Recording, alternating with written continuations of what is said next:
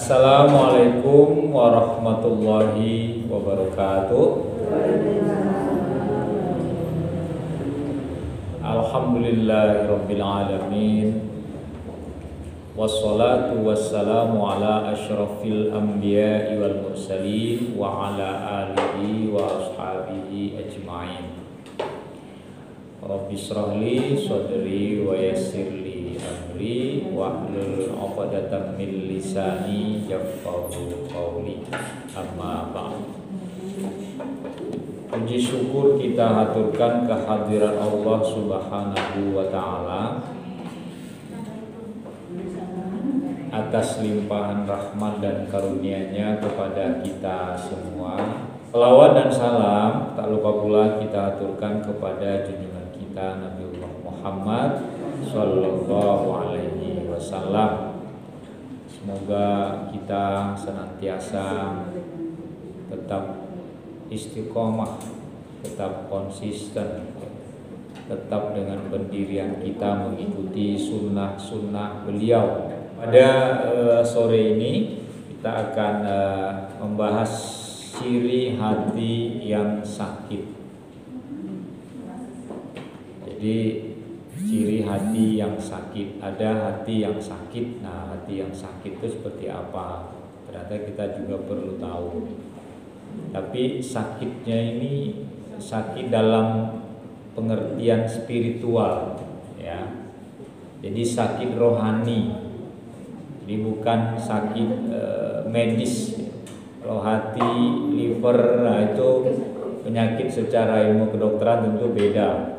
Tetapi hati yang dimaksud di sini adalah secara rohani. Ada enggak hati yang sakit itu? Ternyata ada. Nah, masalahnya nanti ciri-cirinya ada enggak sama kita? Kita berharap tidak, ya. Karena nanti kita akan membahas apa sih ciri orang yang hatinya itu sakit. Yang pertama, tidak merasa bersalah atau menyesal saat berbuat kejahatan. Wah, ini hatinya sakit ini menurut teorinya. Jadi kalau ada di antara kita nggak merasa bersalah, nggak pernah merasa menyesal, kalau kita berbuat dosa, hati kita nggak sehat itu, sakit itu hati kita. Kenapa? Ada orang melakukan kesalahan, tak pernah meminta maaf kepada orang yang dia buat salah tersebut, dan tidak meminta ampun kepada Allah atas kesalahannya tersebut, dan tidak pernah menyesali perbuatan yang pernah dia lakukan tersebut. Nah, orang itu ternyata termasuk ciri hati yang sakit. Kan ada itu ibu-ibu, ya. Ada orang dia membuat orang celaka karena ucapannya, ya. Membuat orang itu difitnah sehingga orang itu tidak bersalah, tetapi karena fitnahnya orang itu dinyatakan bersalah. Nah, fitnah itu kan sebenarnya kata bohong, ucapan yang tidak ada buktinya sebenarnya, ya. Dituduh seseorang melakukan kejahatan padahal bukan orang itu kita sudah memfitnah, ya. Dituduh orang itu melakukan tindakan yang aniaya misalnya, padahal orang itu tidak melakukan tindakan tersebut, itu fitnah. Lalu ternyata ketika terbukti dia ternyata salah dan sudah melakukan fitnah, tapi tidak menyesali perbuatannya tersebut, bahkan tidak merasa bersalah sedikit pun. Nah, itu orang-orang yang seperti itu hatinya sakit, ya, hatinya tidak sehat, ya. Karena ada orang ibu-ibu, ya, ketika dia memfitnah orang, ya, tentu tanpa bukti, ya, sehingga orang itu menjadi bersalah gitu. Dalam Al-Quran, dalam surat Al-A'raf, Allah berfirman, Innal ladzina taqaw idza massahum ta'ifun minasyaiton tadzakkaru fa idza hum mubsirun. Kata Allah, sesungguhnya Orang-orang yang bertakwa apabila mereka dibayang-bayangi pikiran jahat atau berbuat dosa dari setan, mereka pun segera ingat kepada Allah. Maka ketika itu juga mereka melihat kesalahan-kesalahannya. Ya, ini perbandingan. Kalau orang bertakwa itu Ibu, kalau ketika dia dibayang-bayangi untuk membuat kejahatan, dia ingat pada Allah. Ngapain saya memfitnah orang? Ini kan tidak boleh. Ini kan tidak benar. Wah, orangnya bukan guru santet kok saya bilang santet. Ini saya dosa. Dia sadar. Tetapi orang-orang yang memiliki ciri tidak merasa bersalah dan tidak menyesal itu biasanya nggak punya pandangan seperti itu. Biarin aja orangnya begitu, pokoknya saya nggak suka, semoga dia terusir dari kampung ini. Di sinetron kan gitu kan. Nanti orang yang mengusir itu nanti kuburannya tidak bisa dimasukkan mayatnya kalau mati, ya kan? Terus tubuhnya nanti dipenuh dengan belatung. Itu di film Bu, kenyataannya tidak ada itu. Ya. Kemudian kalau mayatnya diangkat itu berat, itu tidak ada. Itu. Ya, karena orang kan di dalam film dibuat secara berlebih-lebihan ya. Tapi kalau misalnya ada orang mayatnya itu berbau bangkai, itu biasanya saat di kuburan atau ada tanahnya, misalnya ketika mau dimasukkan tanahnya udah ambruk duluan. Nah, itu memang ada gitu ya. Tanah tuh pengen cepet aja mencepit dia gitu kan. Udah nggak sabar gitu. Azab Allah. Nah, tetapi kalau kita menyadari hal ini, maka mari kita itu kalau merasa bersalah segera sadari bahwa kita itu bersalah. Kalau kita melakukan kesalahan, maka segera kita menyesali kesalahan. Ya Allah, saya menyesal, saya tidak mengulanginya itu lagi. Itu boleh. Lalu yang kedua, ya, iri hati yang sakit itu adalah tidak mengenal Allah. Orang yang hatinya sakit itu jauh dari Tuhan. Maksudnya Allah itu apa? Agama saya Islam, lahir dari keluarga Islam, tapi tidak bisa sholat. Gimana mengenal Allah? Sholat nggak bisa, ya kan? Kan ada orang sholat yang nggak ngerti, yang dibaca opo itu, nggak ngerti, dan dianggap sholat ini sama saja, ya. Padahal sholat itu ada tata caranya dan beda cara sholat itu. Sholat sunnah beda dengan sholat fardu, ya. Jumlah rakaatnya juga beda, waktunya juga beda, ya. Sholat gerhana matahari itu beda dengan sholat sholat tahajud, sholat duha itu. Sholat jenazah beda lagi cara melakukannya. Kalau orang yang nggak pernah mengenal Tuhan, dia nggak ngerti. Maka bagaimana cara kita mengenal Tuhan kita? Kita belajar, kita sinau. Ini seperti ibu halakoh seperti ini bagus tempat kita menuntut ilmu, belajar ilmu, ya. Sehingga dari yang tidak tahu kita menjadi tahu.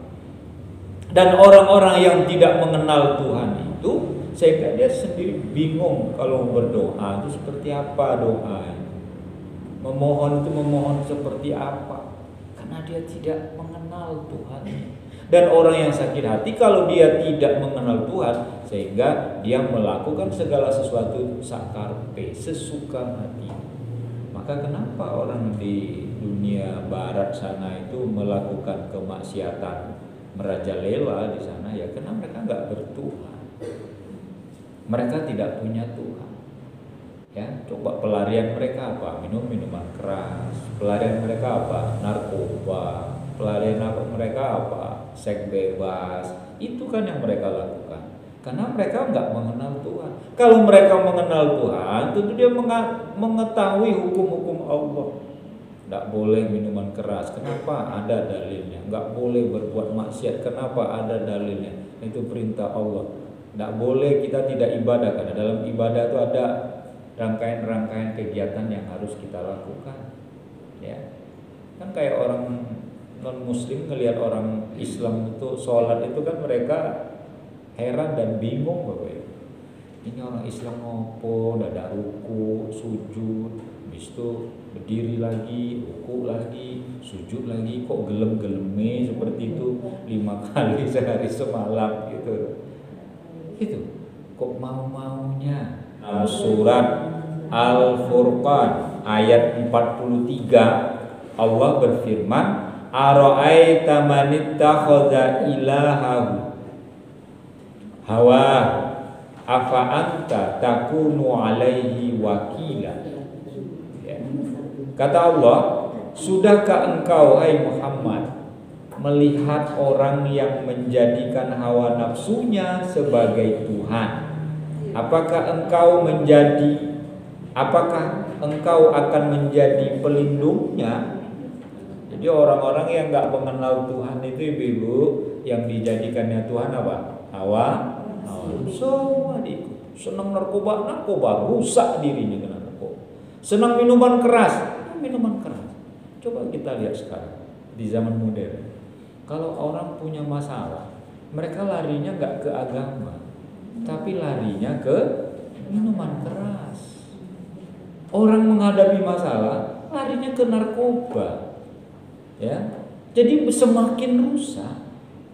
Ya, kalau yang disebut ruwet itu ya itu yang ruwet itu, makin ruwet. Tapi kalau kita misalnya berada dalam tekanan, kita berada dalam persoalan yang membuat kita tertekan begitu dalam, kita stres bahkan depresi, larinya itu ke agama. Ya, karena agama itulah tempat kita itu bergantung. Agama itulah yang mencerahkan kita. Maka kalau kita menuhankan hawa nafsu, sudah rusak dah kita. Tapi kalau kita menuhankan Allah, kita minta hidayahnya, minta petunjuknya, dan berusaha untuk menjadi orang baik, maka kita akan menjadi baik. Ya. Cara mengenal Tuhan bagaimana? Ya caranya kita ya belajar dulu, nanti tahu caranya ibadah. Karena banyak orang-orang yang tadinya jahat, tapi begitu mengenal Tuhan, mendapat hidayah betul. Yang ketiga, ya, yaitu terlalu cinta pada dunia. Nah, ini berat ini, ya. Kita semua ini cinta pada dunia. Saking cintanya pada dunia, kadang kita berpikir pengen hidup selama-lamanya, pengen hidup abadi, gitu. Tidak pengen mati-mati rasanya kita. Padahal hidup kita di dunia itu hanya sementara. Tidak lama, cuma sebentar, dan masing-masing kita tidak tahu usia kita sampai berapa, beda-beda, ya. Tetapi karena orang terlalu cinta dunia, sehingga yang diurus itu hanya urusan dunia, menimbun harta kekayaan sampai 7 turunan pokoknya, kan sampai jadi dagelan ya. Saya itu katanya kakek saya kaya, mengumpulkan uang sampai 7 turunan. Tapi sayang, saya turunan yang ke-8. Jadi nggak jadi sugih. Nah, kan peribahasanya kan kaya 7 turunan ya, nggak sampai kaya 8 turunan. Jadi nggak dapat pas keturunan ke-8. Ya ada orang seperti itu. Ibu, yang kita makan tuh hanya sampai tenggorokan kita ini rasanya, ya. Cuma sampai di sini. Kalau kita ingin makan tuh cuma sampai sini, habis itu sudah menjadi kotoran, ya. Sebanyak apapun perhiasan ibu-ibu, harta kita gitu ya.